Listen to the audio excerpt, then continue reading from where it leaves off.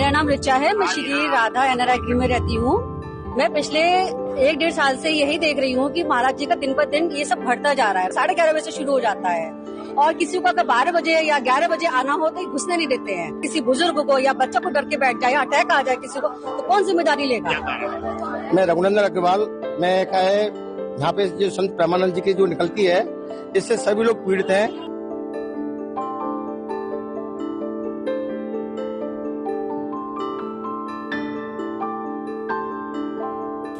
नमस्कार, मैं हूं सुमंत कश्यप। प्रेमानंद जी महाराज के विवाद लगातार मीडिया, सोशल मीडिया और तमाम प्लेटफॉर्म पे बढ़ते ही जा रहा है। उनके भक्त रुकने का नाम नहीं ले रहा है। वही उनके साथ जो साजिश रच रहे हैं या राजनीति कर रहे हैं, वो लोग भी बाज आने को तैयार नहीं है।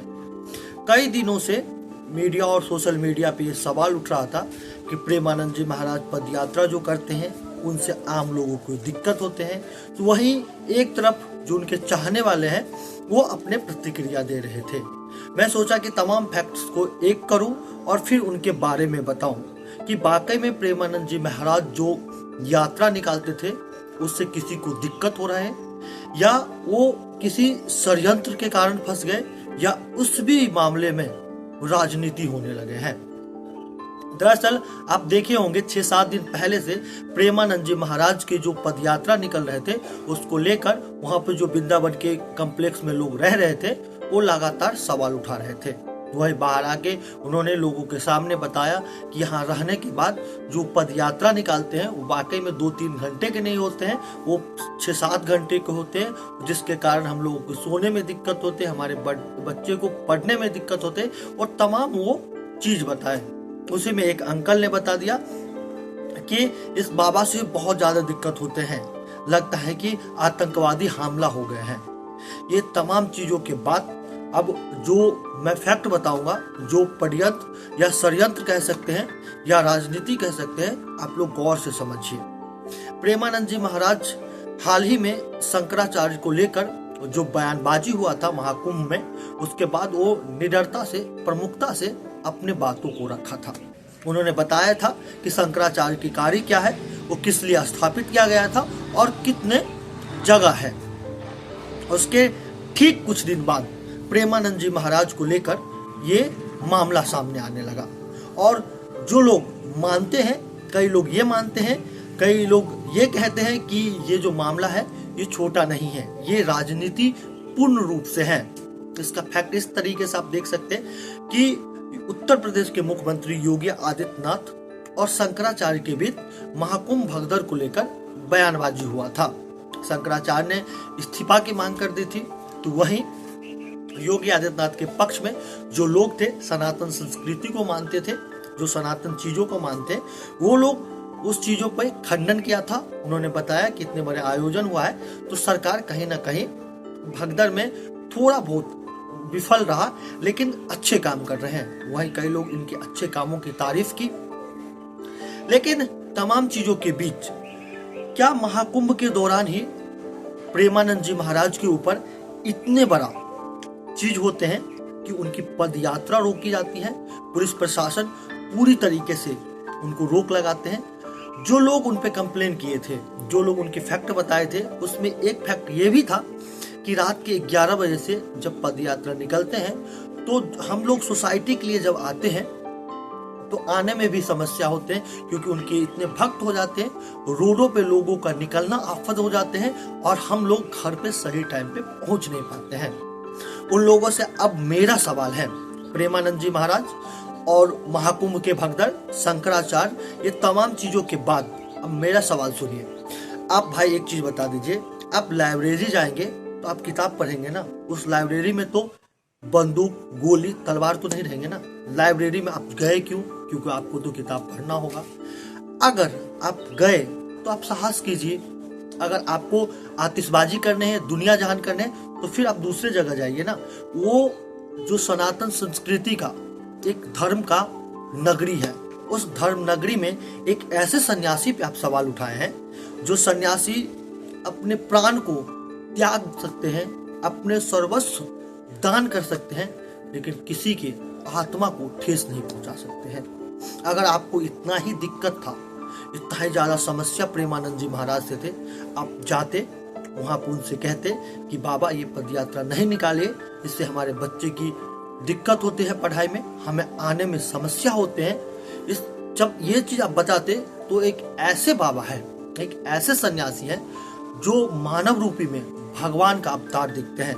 वो तमाम जग की मंगल की कामना करते हैं, लोगों की मंगल की कामना करते हैं, न एक पैसा लेते हैं, न किसी से कुछ भी चीज करने के लिए कहते हैं। वो खुद कहते हैं कि आप भगवान का नाम लीजिए, आप राधा रानी का ही नहीं, आप शिव का भक्त हैं, राम भक्त हैं, हनुमान भक्त हैं, जिसके भक्त हैं आप अपनी भक्ति कीजिए और मोक्ष का प्राप्ति कीजिए।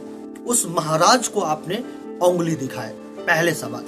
दूसरे सवाल, क्या आप हिंदुस्तान में है ना, सनातन संस्कृति में है ना, सनातन धर्म को मानने वाले इस देश में है जहाँ पे सनातनी जो रात के 11 बजे से लेकर 4-5 बजे तक खड़े थे, रहते थे और बाबा के दर्शन करने के लिए उनके आंखें ललाहित रहता था, लेकिन आप उन करोड़ों भक्तों के ऊपर उंगली उठा दिए। आपको जब इतना ही ज्यादा समस्या थे तो आप बाबा के पास जाके उनसे कह देते। अब इस बात से समझिए कि वहां से बाबा की पद यात्रा नहीं होने के कारण वहां पे जो दुकान लगा रहे थे, वहां के जो ऑटो या ई रिक्शा या तमाम संसाधन, उन सब पे इफेक्ट पड़ा है। और ऐसे इफेक्ट पड़ा है कि 3-4 दिन में तमाम चीज ठप हो गए हैं, क्योंकि प्रेमानंद जी महाराज उस यात्रा को तुरंत बंद कर दिए। जब भी उसके विरोध हुआ, उसको देखते हुए वो तुरंत बंद कर दिए। लेकिन अब हाल में एक वीडियो सोशल मीडिया पे वायरल हो रहा है जिसमें प्रेमानंद जी महाराज, उनके भक्त उनके आश्रम के आगे पीछे लंबा कतार में खड़े रहते हैं और प्रेमानंद जी महाराज अपने जो घर है उसकी खिड़कियों से झांकते हुए नजर आए हैं और तमाम लोग उनको देखने के लिए हर्षोल्लास से खड़े रहते हैं। पूरे रात में वहां पे डटे हुए थे कि बाबा का एक बार दर्शन हो जाए। ये उस सन्यासी राजनीति, कूटनीति, सत्ता नीति सबसे दूर रहते हैं। इस मोह से वो पूरी तरीके से दूर रहते हैं। इस जमाने में, कलयुगी अवतार में, लोग सत्ता के लिए, पैसा के लिए, अपने पावर के लिए कई तरह के ढोंग करते हैं, लेकिन इस तमाम चीजों से दूर रहते हैं। वो तमाम प्रोपोगेंडा फैलाने वाले बाबा, वो तमाम जो पैसे लूटने वाले बाबा, वो तमाम दूसरे चीजों को भ्रमित करके लोगों को जोड़ने वाले बाबा, उन पे कोई उंगली नहीं उठा पाते हैं, क्योंकि वो कहीं ना कहीं सत्ता से जुड़े रहते हैं, सत्ता के साहूकार के साथ रहते हैं। और लेकिन एक ऐसे सन्यासी जो देश, दुनिया और तमाम सनातन चीजों को आगे बढ़ाने की बात करते हैं, न वो किसी से लेते हैं न ही देते हैं, तो उन पे सवाल भी उठा और उनकी पद यात्रा भी रोक दिया गया। लेकिन रुकने वाले नहीं है। ये सनातन की देश है, सनातन संस्कृति में लोगों का विश्वास है और प्रेमानंद जी महाराज स्वयं उनको कृष्ण के अवतार कहते हैं, जिनको कई साल पहले उनकी किडनी फेल हो गए थे, आश्रम से निकाल दी गई थी। कई ऐसी कहानी है जिसको कहने के बाद, जिसको देखने के बाद आपके रोंगटे खड़े हो जाएंगे। उस बाबा के लिए इतने बड़े षड्यंत्र या षड्यंत्र कह सकते हैं या राजनीति कह सकते हैं, ये कैसे हो गया? ये सनातन संस्कृति में जिस प्रदेश के मुख्यमंत्री भगवाधारी हैं, उस प्रदेश में इतने बड़ा घटना घट जाते हैं और कोई क्यों तक नहीं बोलते हैं। मैं तमाम सनातन संस्कृति और जो सनातन धर्म को मानते हैं उनसे आग्रह करेंगे, आज प्रेमानंद जी महाराज की पदयात्रा पे इतने बड़े संकट आए हैं, उनको रोकने की काम की गई है। अगर आप लोग अभी नहीं बोलेंगे, आने वाले वक्त में बहुत ऐसे सन्यासी होंगे, बहुत ऐसे बाबा होंगे जिनकी कार्य क्षेत्र में लोग दखल अंदाजी करेंगे और उनको रोकने का काम करेंगे। अगर आपका इतना ही दिक्कत था तो आप जंगल में घर बना लेते, क्यों वृंदावन में घर बनाया है? उन तमाम पाखंडियों से कहना चाहेंगे, जिस बाबा पे आप उंगली उठा रहे हैं ना, एक बार झांक के देख लेते। उस इंसान जो सर्वस्व दान करके सिर्फ अपने भक्ति में रमे थे, उसकी आप यात्रा रोके हैं। आपकी सर्वनाश होना तय है।